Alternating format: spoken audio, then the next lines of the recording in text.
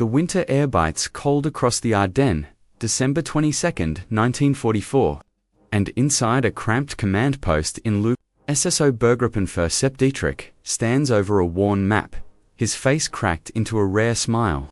His 6th SS Panzer Army has carved 60 kilometers deep into American lines, tearing through defenses like paper, and the reports stacking up on his desk tell stories of chaos, of entire divisions fleeing in panic, abandoning equipment, abandoning hope. He turns to his chief of staff, eyes gleaming with the kind of arrogance that comes from watching an enemy crumble. "Americans are not soldiers," he says, the words dripping with contempt. "They are shopkeepers playing dress-up. When the real fighting starts, they break and run." 800 kilometers south, in the French town of Nancy, General George S. Patton stares at that same map, but there's no smugness on his weathered face, only cold razor-sharp fury burning in his eyes. His Third Army is about to attempt something no modern army has ever done, a maneuver so audacious it borders on impossible. 48 hours, he tells his commanders, his voice cutting through the room like a blade. "In 48 hours, we pivot this entire army 90 degrees and hit the Germans so hard they'll feel it in Berlin." 4 days later, Dietrich isn't smiling anymore.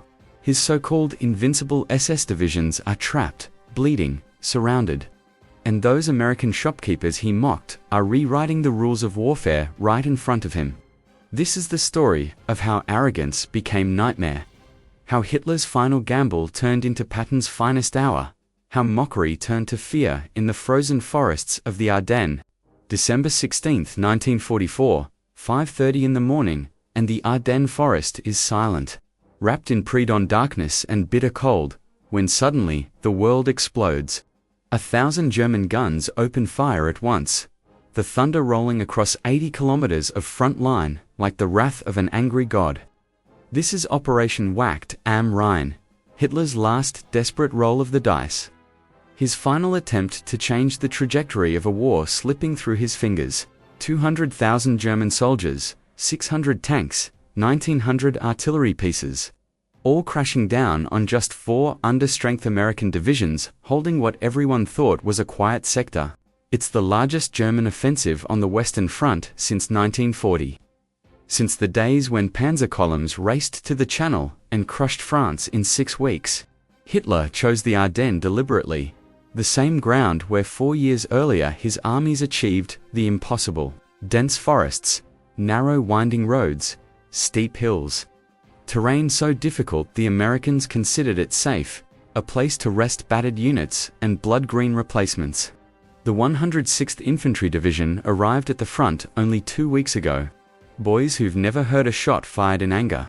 The 28th Division is here recovering from the hell of the Hurtgen Forest, trying to patch itself back together. They have no idea what's coming. The first hours of the German offensive looked like a masterpiece. American units, caught completely off guard, reel backward in confusion and terror. Entire battalions surrender, hands raised, faces pale with shock. On the first day alone, the Germans punched 20 kilometers into American lines. And in Berlin, the propaganda machine roars to life. Goebbels is already drafting proclamations about a second Dunkirk, about how the Wehrmacht has found its old magic again. Generals who've been retreating for months suddenly believe victory might still be possible. But at Allied headquarters in Versailles, Supreme Commander Dwight Eisenhower sees something different in those red marks spreading across his map. He understands immediately that the Germans have thrown everything they have left into this attack, every last reserve, every remaining drop of fuel, every ounce of strength. This isn't a tactical diversion or a spoiling attack. This is Hitler betting the entire Reich on one hand of cards, and Eisenhower makes the boldest decision of his career. He picks up the phone and calls Patton. The plan for Operation Wacht am Rhein was born in German headquarters in the fall of 1944. Conceived in desperation and nursed on delusion, Hitler, squeezed between the advancing Red Army in the east and the Allies closing from the west, is searching for a miracle. And on September 16, 1944, he summons Colonel General Alfred Jodl and unveils a plan so ambitious it shocks even this hardened staff officer. German forces will smash through the Ardennes, cross the Meuse River, capture the vital port of Antwerp, and split the Allied armies in two. If we take Antwerp, Hitler says, his finger tracing the route on the map like he's conducting a symphony, the British and Americans will be cut off from each other. They'll have no choice but to negotiate a separate peace, and then we can throw everything we have against the Bolsheviks. On paper, the plan looks magnificent. 3 armies driving 150 kilometers to Antwerp in just 4 days, but Jodl and the other generals see the fatal flaws immediately. Germany doesn't have the fuel. Each panzer division carries barely enough gasoline for 150 kilometers. The Luftwaffe can scrape together maybe 800 aircraft against 4,000 Allied planes. And most critically, the Americans of 1944 are not the same green troops who stumbled at Kasserine Pass in 1943. Field Marshal Gerd von Rundstedt, nominal commander of the Western Front, calls the entire operation a grand fantasy, his voice dripping with skepticism. Field Marshal Walter Model, who will actually have to execute this madness, begs Hitler to scale down the objectives, to aim for something achievable rather than a fever dream. But Hitler is adamant, his eyes blazing with the kind of fanaticism that's replaced strategic thinking. This operation is our last chance, he says, his voice rising. Either we break the Allies now, or we lose the war entirely. Preparation precedes an absolute secrecy, the code name deliberately chosen to suggest defensive preparations rather than offensive intent. Troop movements happen only at night, headlights blacked out, engines muffled. Radio communications are forbidden on pain of death. Officers swear oaths of silence backed by threats of execution. By December 15th, the Germans have concentrated 200,000 men, 600 tanks and assault guns, 1,900 artillery pieces in assembly areas along the Ardennes front. It's the largest concentration of German military power on the Western Front since the Normandy invasion. Facing them, the Americans have only 83,000 soldiers spread thin across 4 divisions. The US command considers the Ardennes too rugged for major operations, so they've posted their greenest units and their most battered ones here, a quiet sector where nothing ever happens. General Troy Middleton's the 8th Corps holds the line with troops who are either too inexperienced or too exhausted to be anywhere else. A German officer named Freiherr von Freytag describes the scene in American trenches before the attack. Soldiers playing cards, listening to jazz on crackling radios, writing letters home about Christmas plans, completely oblivious to the storm about to break over their heads. December 16, 1944, 5:30 in the morning, and German artillery erupts in the heaviest barrage the Western Front has seen since D-Day. 1,900 guns firing simultaneously, shells screaming across the dark sky and slamming into American positions along an 80-kilometer front. Private James McNamara of the 99th Infantry Division will later describe it as hell made real. The ground jumped under our feet like something alive, he says, his voice still shaking years later. Trees snapped like toothpicks, entire foxholes disappeared. It felt like the world was tearing itself apart. But the Germans can't afford a long bombardment. They don't have the ammunition reserves, so after just 90 minutes, the guns fall silent and the infantry attacks. Supported by tanks grinding forward through the snow, the first hammer blows fall on the 14th Cavalry Group and the 106th Infantry Division, the weakest links in Middleton's thin line. The 106th only arrived at the front on December 11th. Boys who've barely had time to find their positions, let alone prepare proper defenses. The German offensive follows the classic blitzkrieg playbook. Tanks punching through weak spots while infantry mops up strongpoints left behind, bypassing resistance rather than getting bogged down fighting it. The heaviest attacks come from the 1st SS Panzer Division, Leibstandarte on the northern flank, and the 12th SS Panzer Division, Hitlerjugend, in the center. Elite units that still carry the old swagger despite years of grinding attrition. By noon, the situation for the Americans is catastrophic.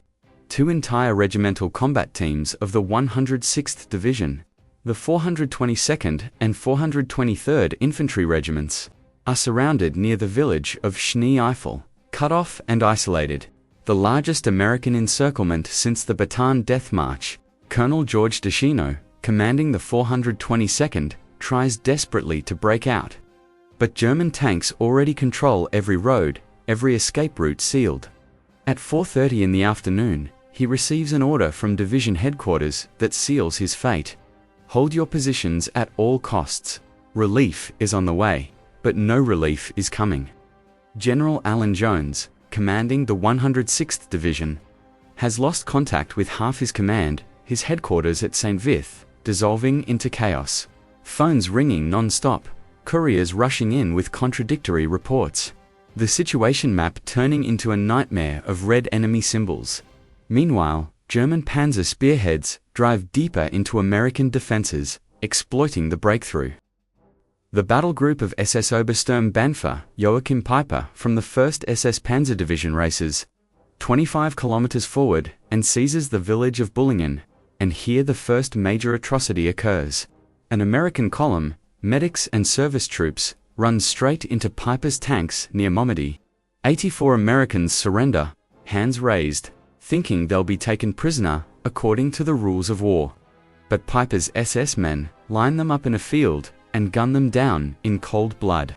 The Momedy massacre becomes a symbol of the savage brutality of the Ardennes battle, a crime that hardens American resolve and erases any sympathy for the enemy. By day's end, the Germans have advanced 20 kilometers along a wide front, and in American headquarters, real fear is beginning to set in. General Courtney Hodges, commanding 1st Army, is for the first time in the war losing his grip on the situation. The fog of war, descending thick and impenetrable. December 17th is the darkest day for American forces in the entire Battle of the Bulge. The German offensive spreads like an oil slick, consuming more territory, more units, creating more chaos. By noon, it's clear this isn't a local spoiling attack. It's a full-scale strategic offensive aimed at nothing less than splitting the Allied armies in half. At St. Vith, the key transportation hub that controls the entire road network, American defenses are cracking under relentless pressure. Major General Robert Hasbrouck, commanding the 7th Armored Division, receives urgent orders to move immediately to St. Vith and save the trapped regiments. But his division is scattered across 30 kilometers. I need at least 12 hours to concentrate my forces. He radios back, his voice tight with frustration. But I'm afraid in 12 hours there won't be anyone left to save. He's right. The situation of the 422nd and 423rd Regiments is becoming hopeless with each passing hour. Surrounded in frozen forests near Schnee Eifel, American soldiers are starving, freezing, running out of ammunition. The Germans tighten the noose methodically, using artillery and mortar to pound the trapped Americans into submission. Private Elmer Clerk of the 423rd Regiment scribbles in his diary with numb fingers. Third day surrounded, no food left, almost no ammunition. Can't evacuate the wounded, they're crying in the snow. Germans keep yelling at us to surrender, promising good treatment. Some of the boys are starting to crack. On December 19th, after 3 days of encirclement, the resistance of the 422nd and 423rd Regiments finally collapses. 7,000 American soldiers surrender.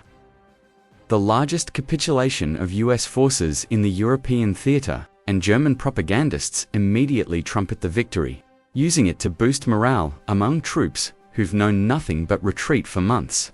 But not all American units are breaking. In the town of Bastogne, a critical road junction where 7 major highways converge, the 101st Airborne Division is digging in for a fight. These are paratroopers, veterans of Normandy and Operation Market Garden. Men who've jumped into hell before and walked out alive. They have no intention of surrendering without making the Germans pay in blood. Brigadier General Anthony McAuliffe, acting commander of the division, receives a formal German ultimatum delivered under flag of truce. The fortune of war is changing. There is only one possibility to save the encircled USA troops from total annihilation. That is the honorable surrender of the encircled town. McAuliffe's reply becomes one of the most famous in military history. Just one word: nuts. Meanwhile, German panzer divisions continue pressing forward. racing against time and dwindling fuel reserves. Piper's battle group reaches the village of Stvelet, only 10 kilometers from a massive American fuel depot at Spa containing millions of gallons of gasoline. If the SS captures that depot, they'll have enough fuel to reach the Meuse River, maybe even Antwerp. But here, the Americans demonstrate the kind of quick thinking and initiative that will define their performance in this battle. Lieutenant Colonel David Pergrin's engineer company has wired every bridge on Piper's route with explosives. And when the German tanks approach Stave, the Americans blow the bridge over the Amblave River right in front of them. Piper is trapped, a destroyed bridge ahead. American anti-tank guns on the heights above, and other US units already launching counterattacks behind him, cutting his supply line. Ammunition is running low, fuel is running out, and every hour his situation gets more desperate. We are in a trap where every hour might be our last. Piper writes in his war diary, his earlier confidence replaced by grim realism. The Americans are proving far tougher opponents than we expected. By the end of December 17th, it's becoming clear that the German advance is losing momentum. Heroic resistance by isolated American garrisons, destroyed bridges, fuel shortages, all combining to slow the blitzkrieg to a crawl. December 19th, 1944, 10:30 in the morning. And the telephone rings in Third Army headquarters in Nancy, France. General George S. Patton picks up the receiver and hears the calm voice of Supreme Commander Eisenhower cutting through the static. George, the situation in the Ardennes is critical. I need your army. Eisenhower lays it out quickly and clearly. The Germans have broken through 60 kilometers deep. 2 American divisions are destroyed. Bastogne is surrounded and under siege. How long will it take you to turn your army north and attack? He asks, and there's real tension in his voice because he knows what he's asking is bordering on impossible. 48 hours, Patton replies without a second's hesitation, his voice hard and confident. Give me 48 hours and I'll attack. There's a pause on the other end of the line, a moment of silence as Eisenhower processes what he just heard. What Patton is proposing seems physically impossible. The Third Army is currently deployed facing east, preparing to cross the Saar River and drive into Germany.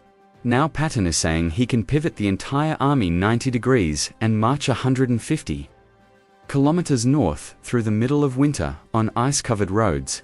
Any other general would ask for a week minimum to redeploy. Patton is promising to days.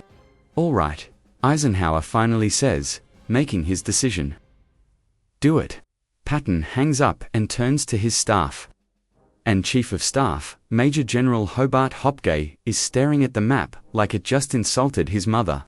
Boss, it's impossible, Gay says, shaking his head.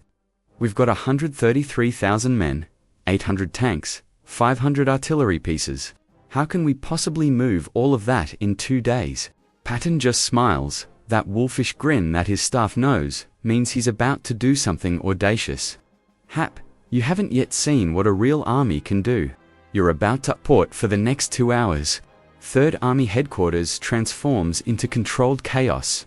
Planning officers hunched over maps, drawing routes for hundreds of vehicle columns. Communications officers establishing radio networks. Supply officers calculating fuel and ammunition requirements down to the last gallon and round. At 1 o'clock in the afternoon, Patton gathers his division commanders, men who've been with him since North Africa, who know his methods and trust his instincts. Gentlemen, he says, his voice filling the room, we face the toughest operation of this war. We must turn the entire army north and strike the Germans within 48 hours. Who here thinks this is impossible? Not a single hand goes up, not one voice of dissent. Because these commanders know their old blood and guts, when Patton makes a promise, he keeps it. Excellent, Patton continues, pointing at the map. 4th Armored Division moves to Arlen, 26th Infantry to Luxembourg, 80th Infantry to Mer. The march begins today at 1800 hours. Questions? Major General Hugh Gaffey, commanding the 4th Armored Division, raises his hand. Sir, what about supplies? We'll be cutting ourselves off from our current supply bases. Supplies will come, Patton replies firmly, brooking no argument. I've arranged with the French. They're giving us access to all their depots, plus, Army Air Forces will drop ammunition from the air if needed. At 6 o'clock in the evening, as winter darkness falls across France, Patton's Third Army begins the fastest large-scale redeployment in modern military history. Across frozen roads, stretching from Nancy to Luxembourg, hundreds of columns begin moving, tanks, artillery pieces, trucks, half-tracks, all grinding north through the winter night. 133,000 soldiers marching toward their destiny. The night of December 20th is pure hell for Patton's men. Temperatures plunging to 15 below zero, roads turned into skating rinks, but nobody stops, nobody quits. Sergeant Mike O'Connor of the 4th Armored Division later writes to his wife, his handwriting shaky from cold and exhaustion. "We marched all night through darkness on frozen roads. Tanks were slipping, trucks sliding into ditches, but nobody even thought about stopping." Patton said, 48 hours, so it's going to be 48 hours. The logistical challenge is staggering beyond belief. The Third Army has 15,000 vehicles, everything from 60-ton tanks to lightweight jeeps, and all of it has to move 150 kilometers without losing combat effectiveness.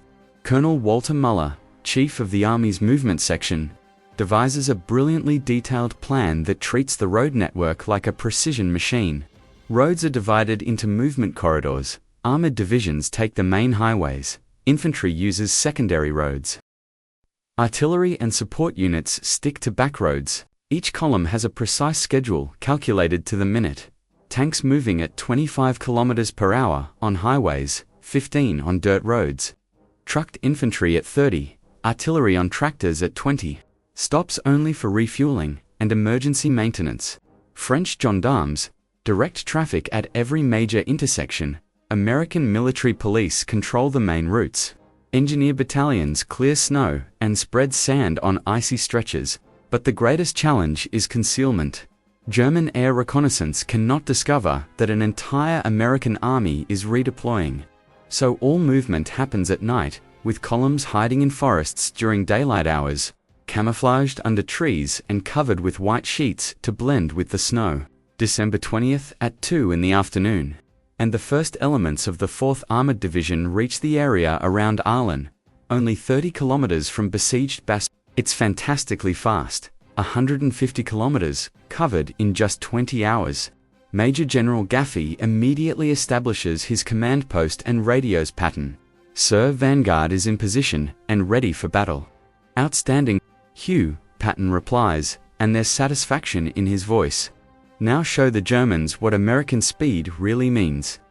Meanwhile, the 26th Infantry Division under General Willard Paul reaches positions near Luxembourg City, and the 80th Infantry Division under General Horace McBride assembles around Mer.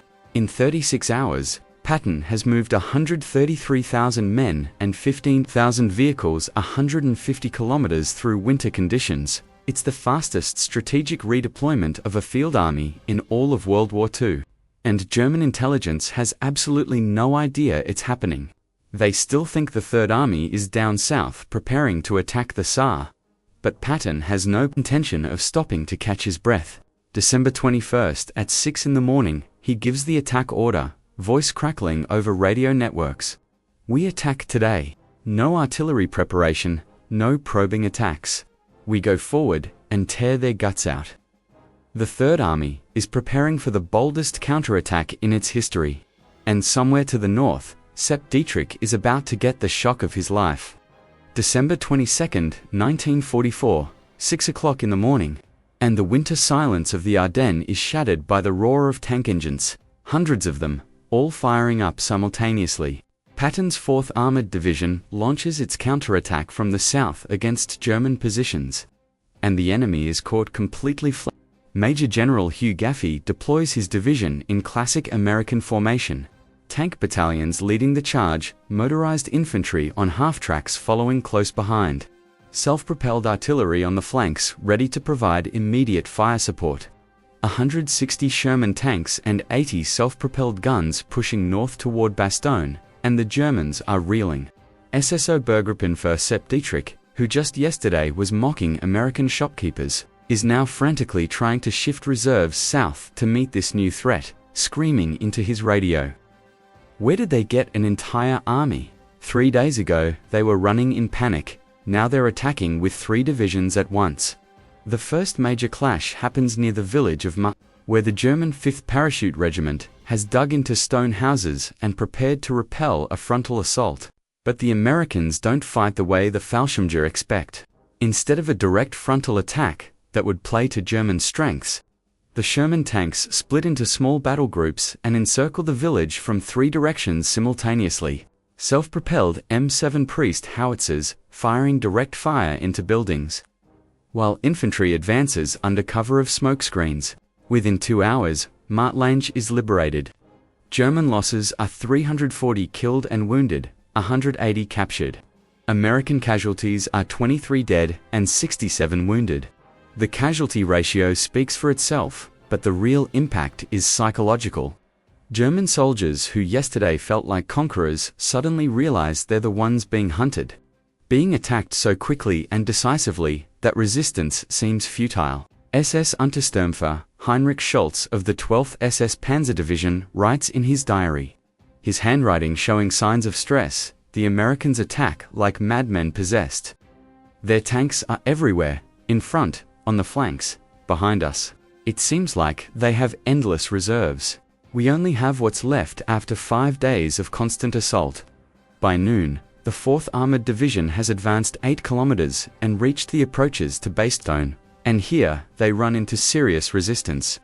The Germans have rushed in the 15th Panzer Grenadier Division and the 5th Parachute Division, and the fiercest tank battle of the counterattack erupts. German Panthers and Tigers clash with American Shermans in open terrain, and technically, the German tanks are superior, thicker armor, more powerful guns. But the Americans have overwhelming advantages in numbers and logistics. When a German tank is knocked out, its crew often has no recovery vehicle, no spare parts, no replacement. But when an American Sherman is destroyed, another one rolls up within the hour. Captain James Leach, commanding a tank company, recalls it clearly. "We lost 12 tanks in 1 day of fighting, but by evening we had 15 replacements delivered. The Germans lost 8 tanks and got 0 replacements. The arithmetic of war was on our side." By the end of December 22nd, the German ring around Bastogne is pierced from the south. The 4th Armored Division establishes a narrow corridor to the besieged town, and the 101st Airborne Division is saved. December 23rd brings a dramatic change in weather that completely transforms the balance of power. The fog lifts, the clouds break apart, the sky clears to brilliant blue. And for the first time in a week, American air power can enter the battle. At 8:30 in the morning, the first wave of P-47 Thunderbolts appears over the battlefield. Each heavy fighter bomber carrying 10 HVAR rockets and 500-pound bombs. German armored columns stand out like targets on a shooting range against the snow-covered fields. Major Robert S. Johnson, an ace pilot with the 56th Fighter Group, leads the first strike and later describes what he saw. "It was a perfect picture spread out beneath us.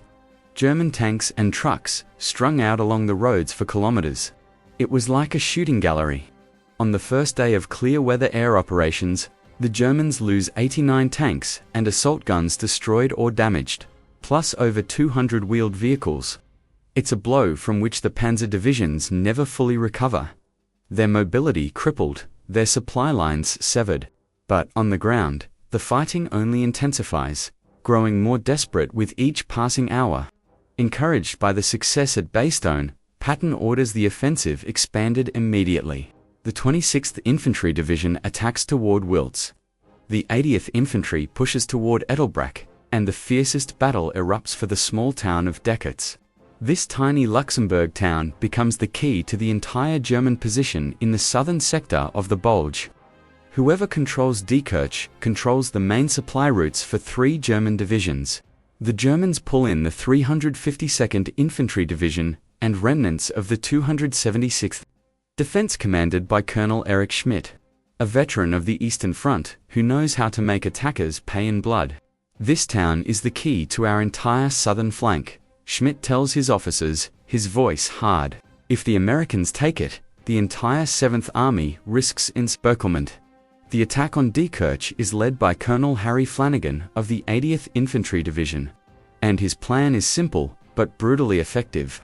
Diversionary attacks from west and east to draw German attention. Then the main hammer blow from the north, where they least expect it. The battle begins at 5 in the morning on December 24th. Christmas Eve, American 105mm howitzers pound German positions for an hour. Then 3 infantry battalions advance with tank support. And the Germans resist with the desperation of men fighting for survival. Every house becomes a fortress, every street a killing ground.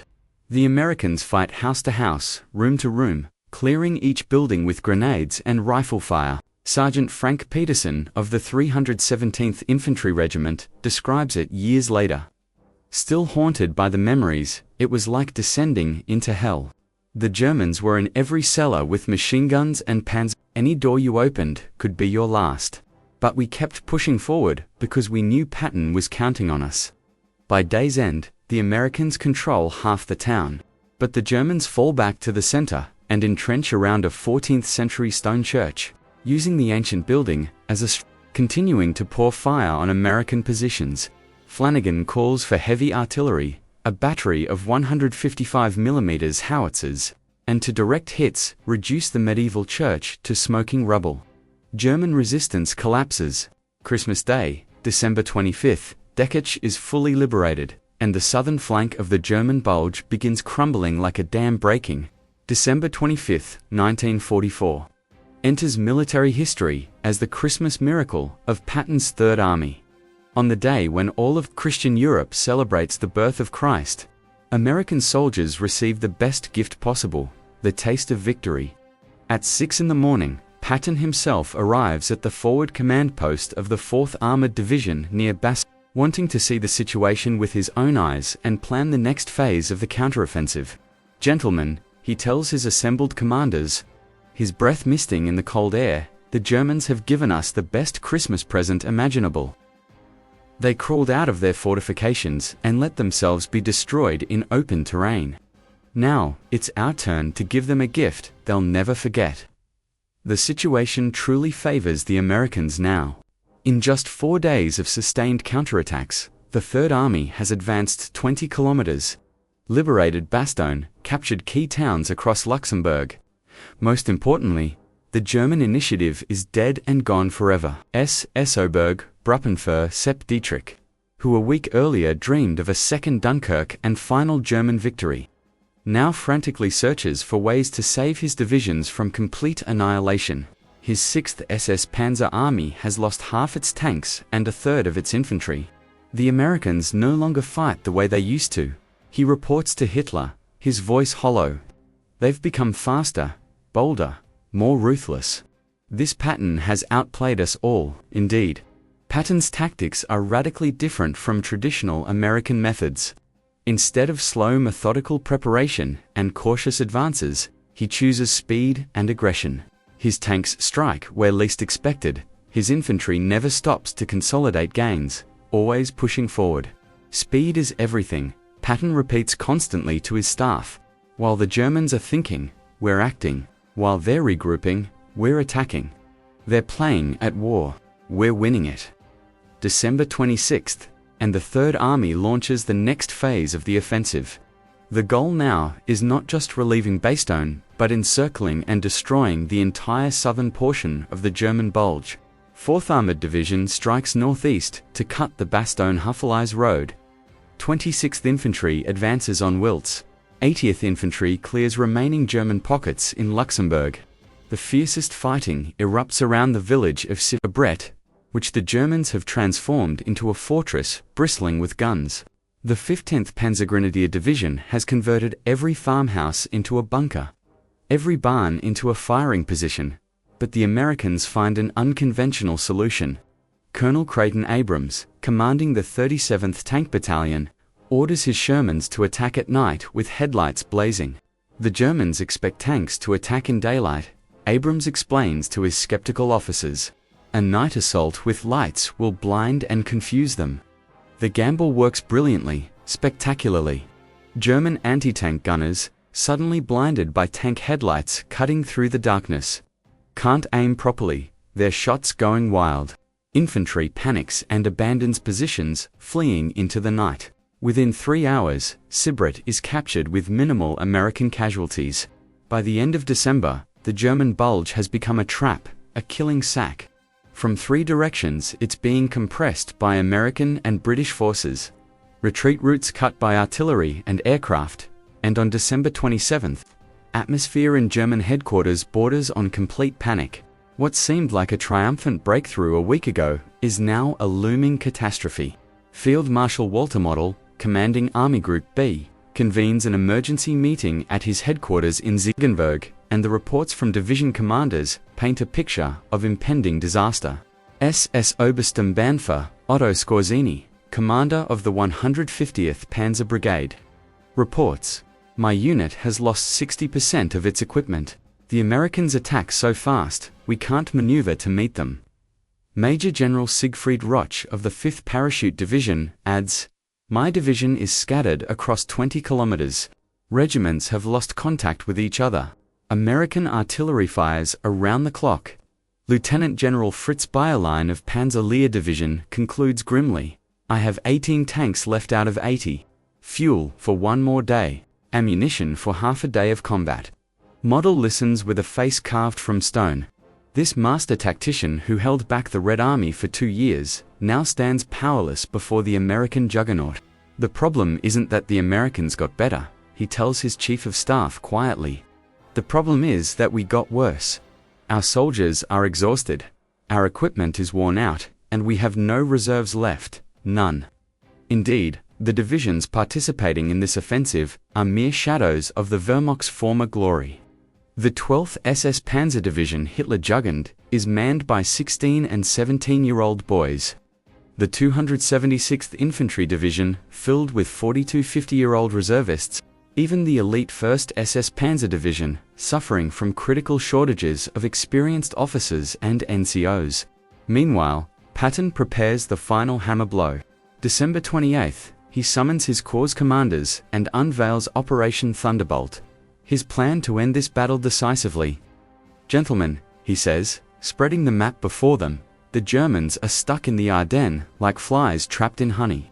Time to close the trap permanently." The plan is bold and carries significant risk.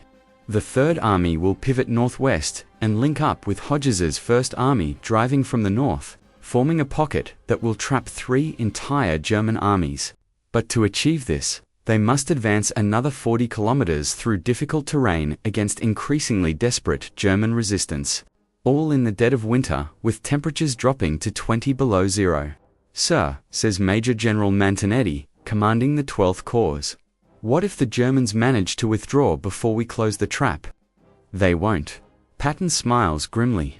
"Hitler won't allow it. He'll order them to hold to the last man, and that will be his final fatal mistake." December 29th, Operation Thunderbolt begins with 3 corps of the Third Army striking northwest simultaneously. 4th, Armored pushes toward Bastogne-Huffelei's Road. 6th Armored attacks toward Warden. 11th Armored advances on Huffelei's itself. German resistance is desperate but increasingly disorganized. Scattered divisions can't support each other, communications breaking down. The Americans exploit their mobility ruthlessly, striking where the enemy is weakest, bypassing. By day's end, the Bulge has shrunk another 15 kilometers. German losses exceed 8,000 men and 150 tanks. American casualties are 890 men and 23 tanks. The casualty exchange rate, telling the story of a one-sided battle. January 1st, 1945, and Patton receives an intelligence report that intrigues him deeply. The Germans have deployed a battalion of King Tigers, 14 of the most powerful tanks in the world. These 70-ton monsters, armed with fearsome 88mm guns, are practically invulnerable to standard American anti-tank weapons. A single King Tiger can destroy an entire company of Shermans without taking damage.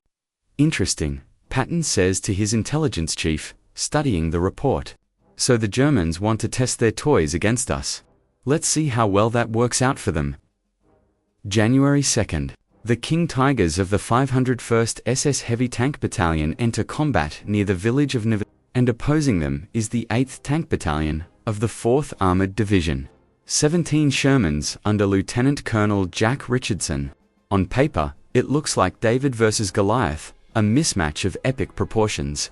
The Sherman weighs 32 tons and mounts a 76mm gun that's only effective against a King Tiger at ranges under 500 meters. But the King Tiger can kill a Sherman at 2,000 meters, picking them off like targets at a rifle range. But Richardson is a veteran of the North African campaign. He's fought German armor before and survived by being smarter, not stronger. Listen carefully, he tells his tank crews over the radio net, his voice calm and steady. We're not going to fight them head-on like idiots. We're going to hunt them like a wolf pack, fast and unexpected. Hit them where they're vulnerable. Richardson splits his battalion into 4 groups of 4 tanks each. One group will draw German fire with a frontal demonstration, while the 2nd and 3rd groups flank wide, and the 4th will strike from the rear if possible.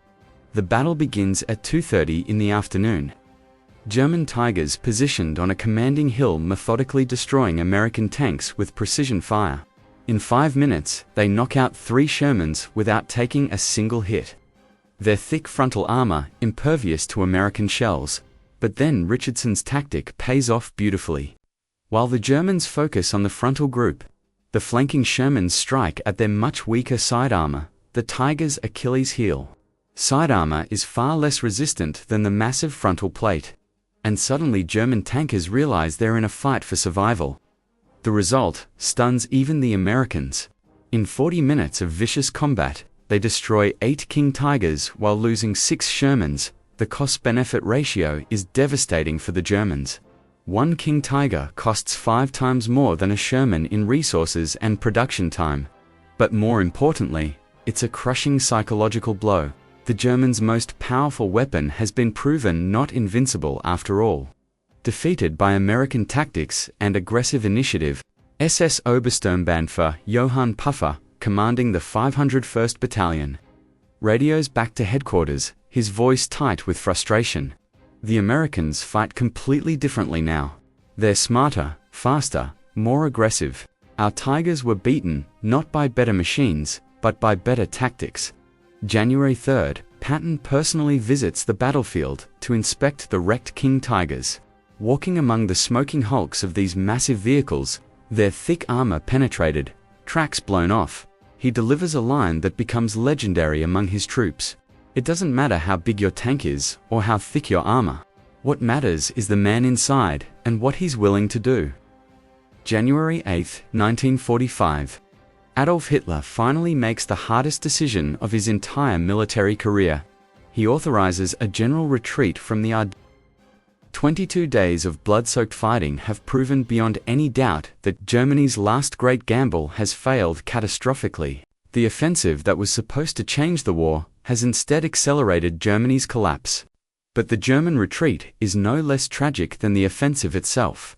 Under constant attack from American aircraft and artillery, trudging along ice-covered roads in sub-zero temperatures, abandoning equipment and leaving severely wounded men behind, 3 German armies struggle back toward the Siegfried Line in a nightmare of cold and death.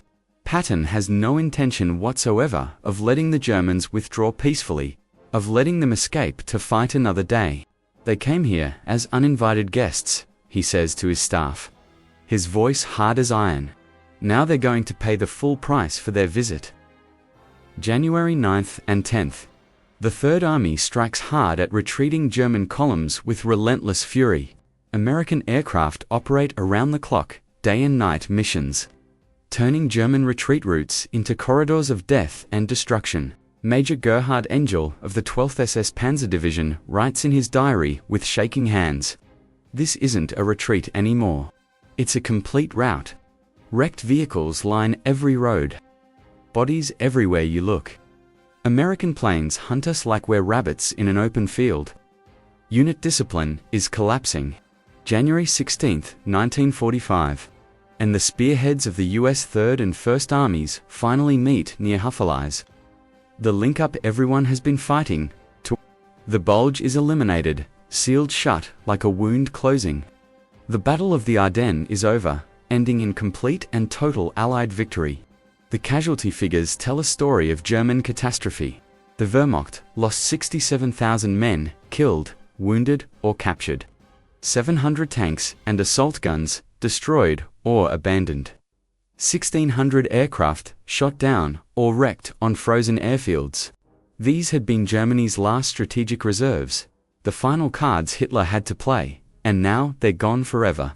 American losses are significant but sustainable. 19,000 casualties and 733 tanks.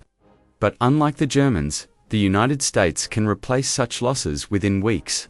American factories are running at full capacity, churning out tanks, planes, ammunition faster than they can be used. Field Marshal von Rundstedt, assessing the outcome with cold professional detachment, delivers what becomes the epitaph for the Third Reich. After the Ardennes, we have no resources remaining for strategic operations. From this point forward, we can only retreat and await the inevitable end. But the worst blow for Germany isn't material, it's psychological and spiritual. Their final desperate attempt to alter the war's course has collapsed in spectacular failure, and Wehrmacht soldiers, who in December still clung to hopes of possible victory, now know with absolute certainty the war is lost forever. Patton, by stark contrast, stands at the absolute peak of his glory and reputation. In 26 days of continuous combat, his Third Army marched 150 kilometers, destroyed 4 German divisions, liberated dozens of towns and villages.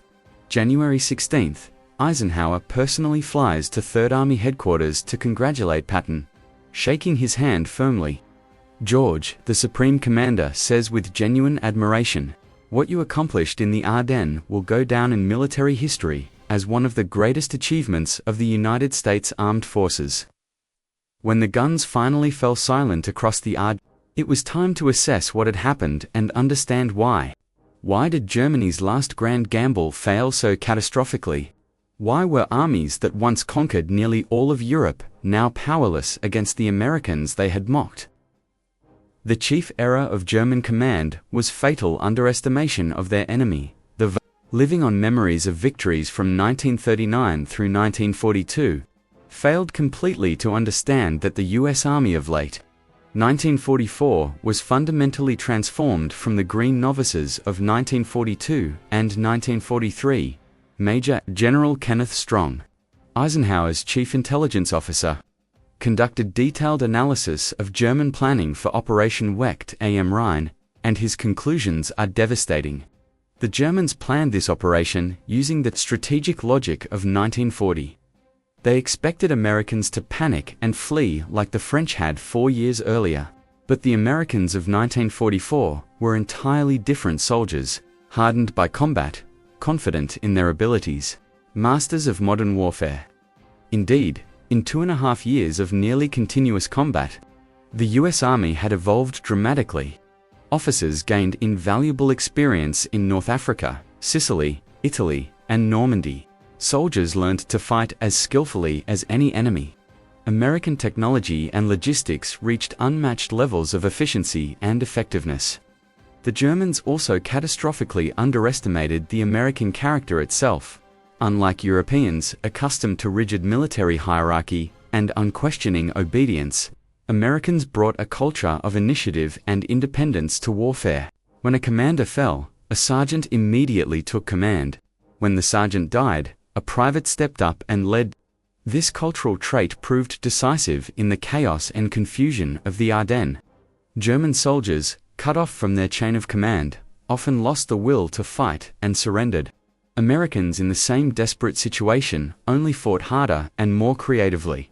American technological and industrial superiority played an overwhelming role.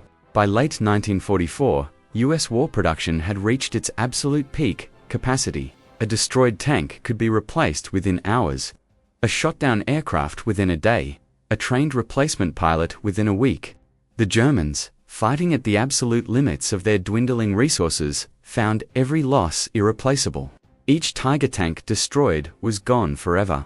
Each Me-262 jet fighter shot down was a tragedy. Experienced pilots and tank crews had become worth their weight in gold. But Hitler's greatest and most fatal mistake was his complete strategic delusion. He planned the Ardennes offensive as a decisive turning point that would somehow force the Western Allies into negotiating a separate peace with Nazi Germany. This was pure fantasy, divorced from reality. By the end of 1944, the Allies could already see the war's end approaching and were actively planning for post-war settlements and occupation. No tactical setback, no matter how dramatic, could possibly persuade them to compromise with the Nazi regime they had pledged to destroy utterly. General Omar Bradley, commanding the US 12th Army Group, stated it with brutal clarity. Hitler lived in a fantasy world of his own creation. He thought we were like the French in 1940, that we'd lose our nerve and quit. But we didn't cross the Atlantic for glory or conquest. We came to destroy Nazism completely and forever. The Germans also miscalculated the psychological impact of their own atrocities. The Malmedy massacre, where SS troops executed American prisoners in cold blood, didn't create fear or hesitation among US forces. Instead, it hardened their resolve and gave them burning motivation to fight to the absolute finish. Sergeant Kurt Vonnegut of the 285th Infantry Regiment wrote in his personal diary, "When news of Malmedy reached us, the entire mood in our companies changed overnight. Before, we saw Germans as regular soldiers just following orders. After Malmedy, we saw them as murderers who had to be destroyed without mercy." Operation Wacht am Rhein revealed another fatal structural weakness of German strategy: total absolute dependence on Hitler himself. The Führer personally planned the operation, personally appointed commanders, personally micromanaged tactical decisions, and personally forbade any retreat, even when situations became completely hopeless. A military system built entirely on the cult of one man proved catastrophically fragile.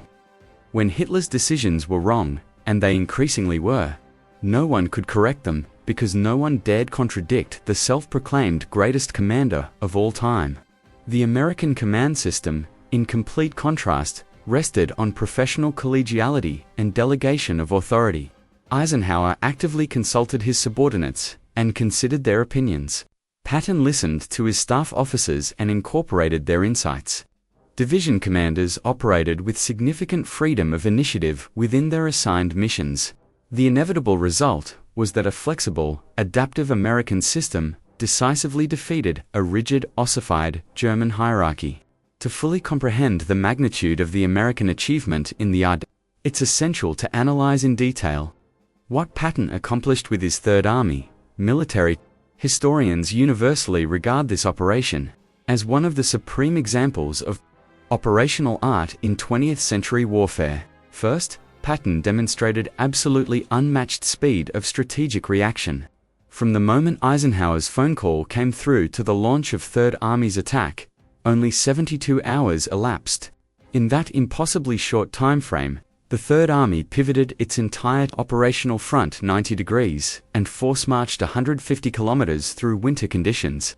For comparison, German forces typically needed at least a week to redeploy a single field army, and Soviet forces required approximately 10 days. Patton accomplished it in 3 days flat. The secret lay in extraordinary logistical organization and meticulous planning. Colonel Walter Muller, Chief of Movement Operations for Third Army, designed an intricate system that allowed massive troop movements with minimal traffic congestion or delays. Each division received detailed march routes timed to the minute. Each vehicle column knew exactly where and when to refuel. Every commander carried clear contingency instructions for unexpected situations. Logistics is the art of making the possible actually happen, Muller explained. And we made the supposedly impossible not just possible, but routine. Second, Patton demonstrated absolute mastery in combined arms tactical employment. His armored divisions didn't operate as blunt instruments smashing into enemy defenses, but as surgical scalpels slicing through German lines at their weakest and most vulnerable points. Instead of predictable frontal assaults, Patton used rapid flanking maneuvers. Instead of lengthy preparatory artillery barrages that warned the enemy, he relied on sudden strikes supported by close air support. Instead of cautious, methodical advances, he launched rapid armored breakthroughs with immediate exploitation deep into enemy rear areas. Patton fought completely outside conventional rules. Lieutenant General Fritz Bayerlein later wrote in his memoirs, "When we expected him to attack from the front, he hit our flank. When we prepared for a flank attack, he struck from the rear. He was utterly unpredictable." Third, Patton displayed a unique and devastating ability to exert overwhelming psychological pressure on enemy forces. His Third Army didn't merely advance and capture territory. It created an atmosphere of inevitable German defeat and imminent catastrophe. Lightning-fast breakthroughs, sweeping flanking movements, sudden hammer blows deep in the rear, all of it systematically eroded German unit cohesion and fighting spirit. Many German units surrendered without firing a shot, their will to resist broken before contact. Patton didn't just fight our soldiers on the battlefield, Field Marshal Model wrote bitterly. He fought our morale, our confidence, our very spirit, and in that psychological war, we were utterly defeated. Fourth, the American general showed remarkable talent for coordinating multiple field armies in complex operations. The Ardennes counteroffensive required seamless cooperation between Patton's Third Army, Hodges's First Army, and Simpson's Ninth Army operating from different directions. Patton didn't simply execute his narrowly assigned role within the plan. He actively shaped and influenced the actions of neighboring forces through his aggressive initiative. His relentless attacks created opportunities that other commanders could exploit, generating a cascading avalanche effect across the entire front. Patton wasn't merely an army commander executing orders. Eisenhower assessed with deep respect. He was a catalyst who accelerated and energized everything happening around him. Finally, Patton revealed an uncommon instinct for seizing and maintaining the initiative even under the most adverse conditions imaginable. When the Germans launched their surprise offensive in the Ardennes, most American commanders thought immediately of defense and containing the breakthrough. Patton's first instinct was to begin planning an immediate counterattack and offensive operations. This aggressive mindset, this constant search for opportunities to strike the enemy, made Patton a truly unique military leader of his generation. He never simply reacted to enemy moves. He forced the enemy to react to his initiatives, keeping them constantly off balance. The Battle of the Ardennes ended nearly 80 years ago, yet its profound lessons remain strikingly relevant to modern warfare and military thinking.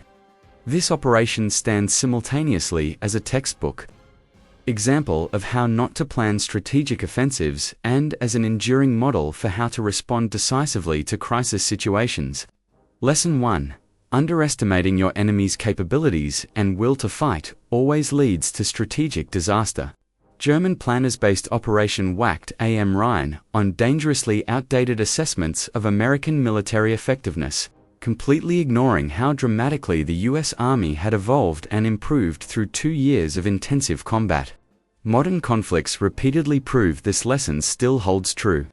Armies that fail to adapt to changing tactical realities and evolving enemy capabilities are doomed to failure regardless of past glories. Lesson 2. Speed of reaction during crisis often matters far more than perfect, detailed planning. Patton lacked time for meticulous preparation and rehearsal, but he possessed decisiveness and improvisational genius. In today's even faster-paced conflicts where battlefield conditions can shift in mere hours, military commanders who waste precious time on bureaucratic processes and endless planning will inevitably lose to those who act quickly and boldly. Lesson 3. The psychological factor remains as vital as material strength and numerical superiority. The Germans possessed sufficient military force for potential success in the Ardennes. But after their initial setbacks, they rapidly lost confidence and fighting spirit.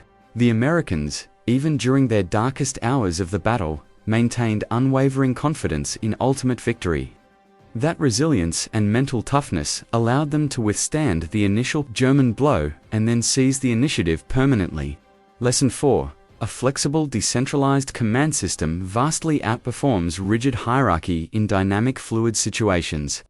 Germany's ossified command structure, with Hitler personally making every significant decision, proved completely inadequate. When faced with rapidly changing battlefield conditions, The American system, built on delegated authority and encouraged initiative at all levels, allowed commanders to adapt quickly and exploit fleeting opportunities. Lesson 5. Logistics and sustained supply are absolutely critical to sustained military operations. The German offensive collapsed primarily due to chronic shortages of fuel and ammunition, not tactical defeats. The Americans, by complete contrast, maintained virtually unlimited supplies throughout the campaign.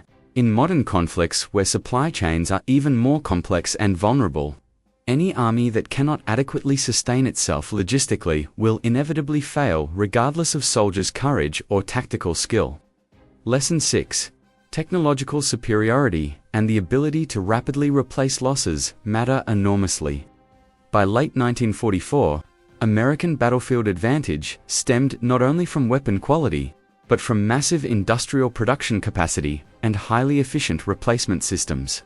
Modern militaries must maintain not just cutting-edge technology, but the industrial base and trained personnel to replace combat losses quickly. Lesson 7. Strategic maturity and clarity of purpose at the leadership level proves decisive in extended conflicts. The Americans understood the war as far more than just military battles and territorial conquest. It was fundamentally about destroying Nazi totalitarian ideology forever. This clear vision allowed them to maintain coalition unity even during severe crises and fight through to complete victory. The Ardennes represented Germany's absolute last attempt to fundamentally alter the war's inevitable trajectory. Its catastrophic failure meant the fate of Hitler's Third Reich was permanently sealed. The road to Berlin lay wide open, and Germany's final destruction was merely a matter of time. When the last shots were fired across the Ardennes in mid-January 1945, it was absolutely clear the world had changed forever and irreversibly. The operation that was supposed to deliver Germany a glorious second, Dunkirk, had instead become its final strategic disaster and death knell. The bitter irony is that German contempt and mockery of American military capabilities became the direct catalyst for their own devastating defeat. Arrogant dismissal of the enemy, blind faith in supposed Aryan superiority, casual contempt for American fighting abilities, all this produced fatal strategic blindness at the highest levels of German command. December 16, 1944. SS-Obergruppenführer Sepp Dietrich stood in his command post with genuine reasons for optimism and confidence. His elite divisions had successfully broken through American defensive lines. Thousands of enemy soldiers were surrendering in panic, and the road to Antwerp appeared tantalizingly open before him. But by December 22, that same Dietrich was desperately scrambling to save whatever remained of his shattered army from complete annihilation. The despised American merchants had somehow transformed into formidable professional warriors that even Germany's most elite SS units could not withstand.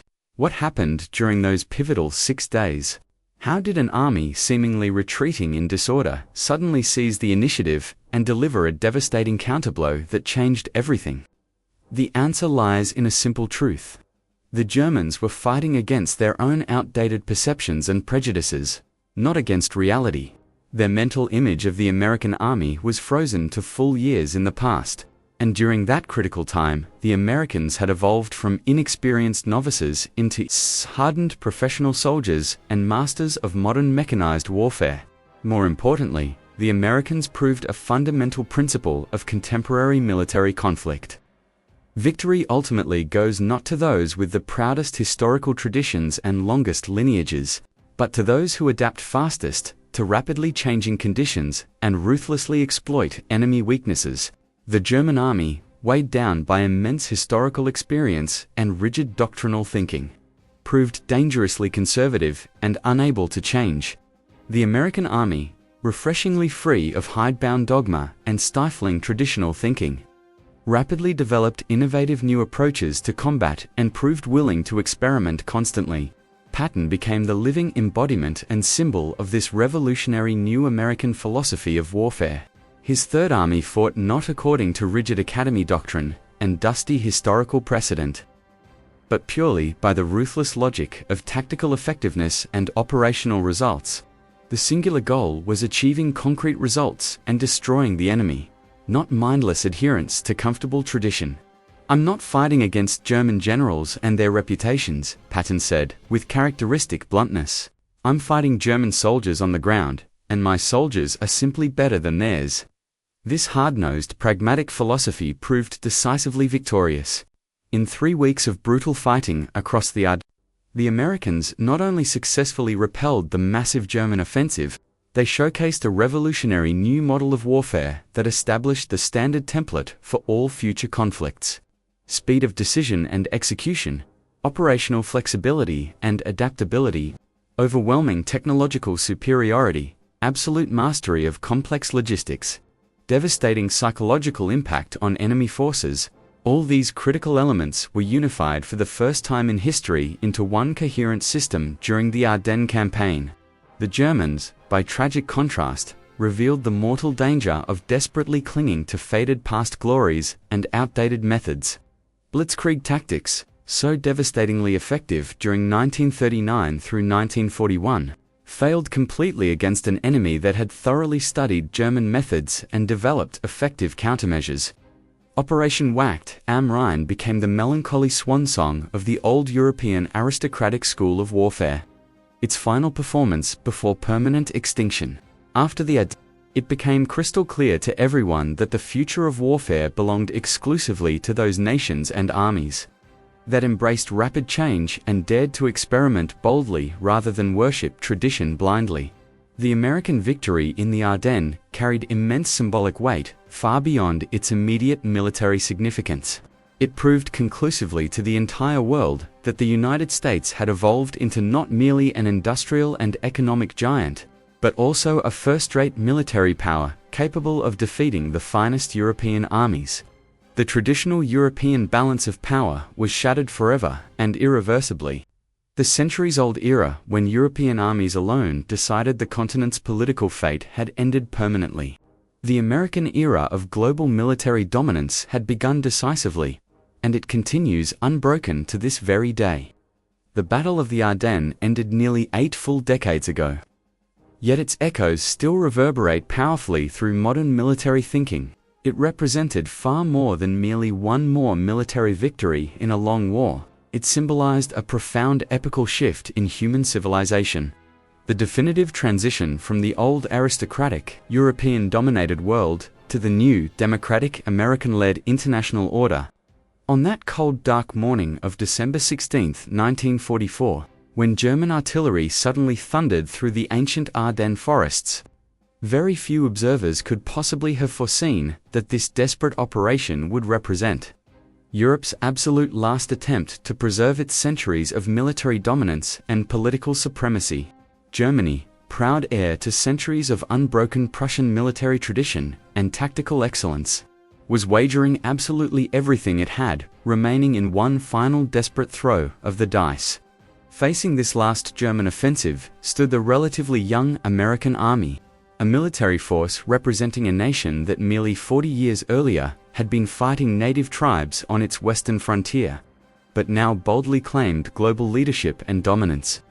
The results shocked everyone, including many Americans themselves. In just 26 days of sustained intensive combat, it became undeniably clear that the future belonged not to those nations with the longest military histories and proudest martial traditions, but to those who learned fastest from experience and adapted most effectively to changing realities.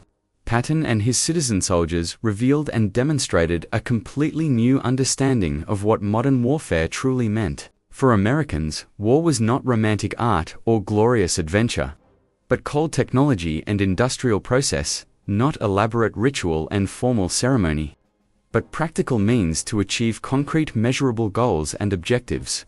This ruthlessly pragmatic philosophy proved infinitely stronger than romantic visions of martial glory and heroic sacrifice.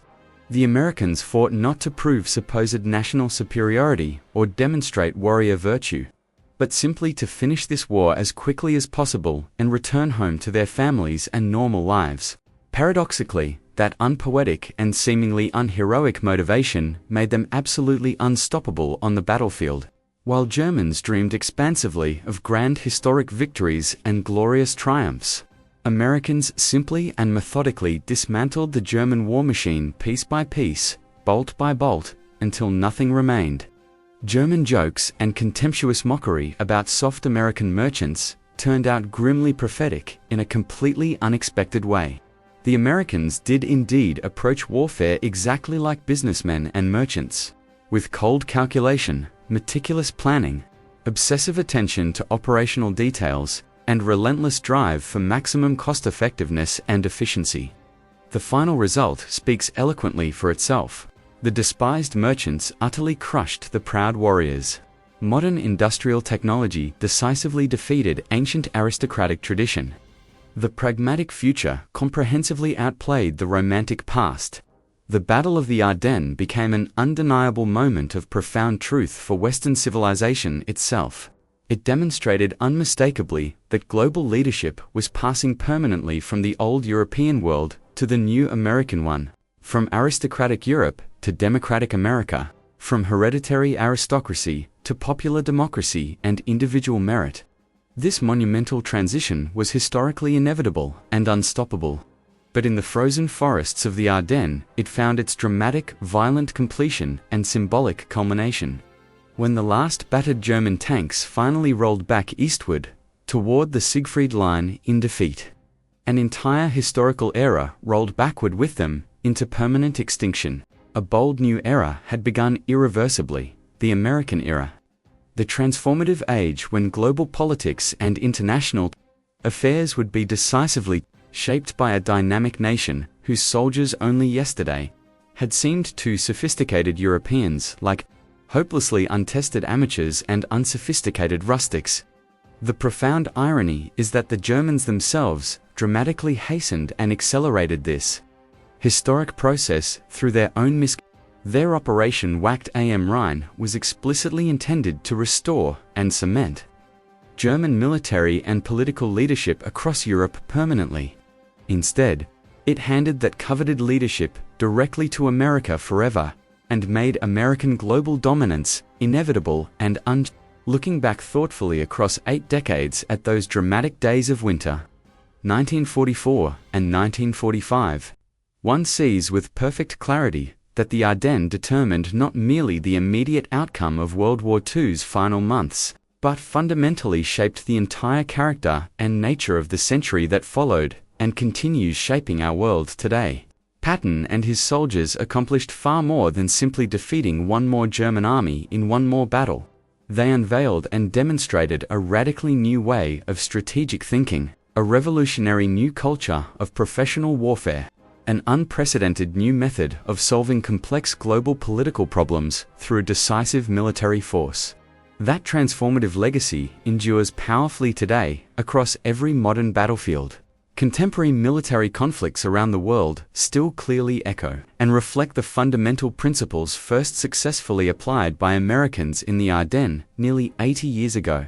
Operational speed and tempo, decisive technological edge and superiority, logistical precision and sustainability, overwhelming psychological impact and information dominance.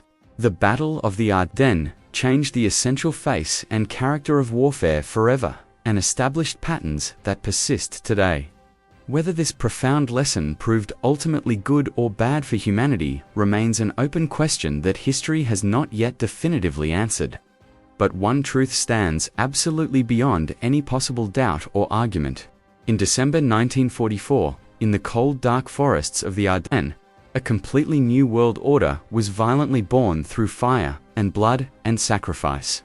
A new world that we still inhabit today, whose rules we still follow, whose legacy we still carry. And that day, in those frozen forests, didn't just change the war, it changed everything that came after, and those changes echo still across the decades.